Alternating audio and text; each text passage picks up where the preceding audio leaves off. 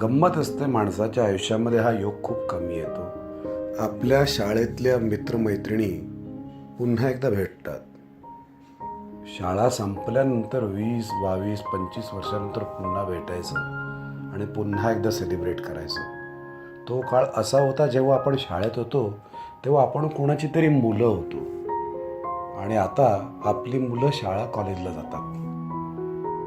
पण तरीसुद्धा शाळेमधले मित्रमैत्रिणी भेटणं आणि पिकनिकला जाणं याचा आनंद काहीतरी वेगळाच असतो. तो तुम्हाला मिळतो, तुम्ही खूप लकी आहात. कसं असतं ना की गंमतच आहे की माणूस पैशानी वयानी कितीही मोठा झाला ना तरीसुद्धा रस्त्याने जात असताना अचानक जेव्हा त्याला त्याची शाळा दिसते तेव्हा तो ड्रायव्हरला सांगतो जरा गाडी स्लो कर, आणि ती शाळेची इमारत माणूस डोळे भरून बघतो.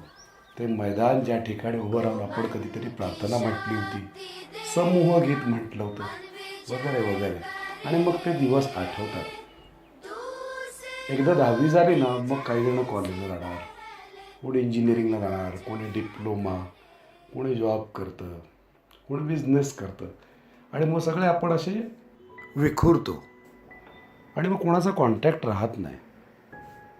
मग असं फेसबुक वगैरे आजकाल सोशल नेटवर्क स्ट्रॉंग असल्यामुळे पुन्हा एकदा कोणतरी ते इनिशिएटिव्ह घेतं आणि सगळ्यांची लिंक लागते आणि पुन्हा एकदा भेटणार ह्या नुसत्या कल्पनेनेच आपण फ्लॅशबॅकमध्ये जातो. आजकालचं स्कूल लाईफ हे आपल्यासारखं नव्हतं. आपली शाळाच वेगळी होती.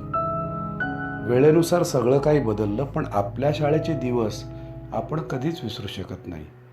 तो बेंच, त्या बेंचवर बसून आपण लिहिलेली उत्तरपत्रिका, लाल मार्किंगमध्ये मिळणारे मार्क, आपल्यापेक्षा दुसऱ्याला किती मार्क मिळाले ह्याच्यामध्ये असणारी आपली उत्सुकता,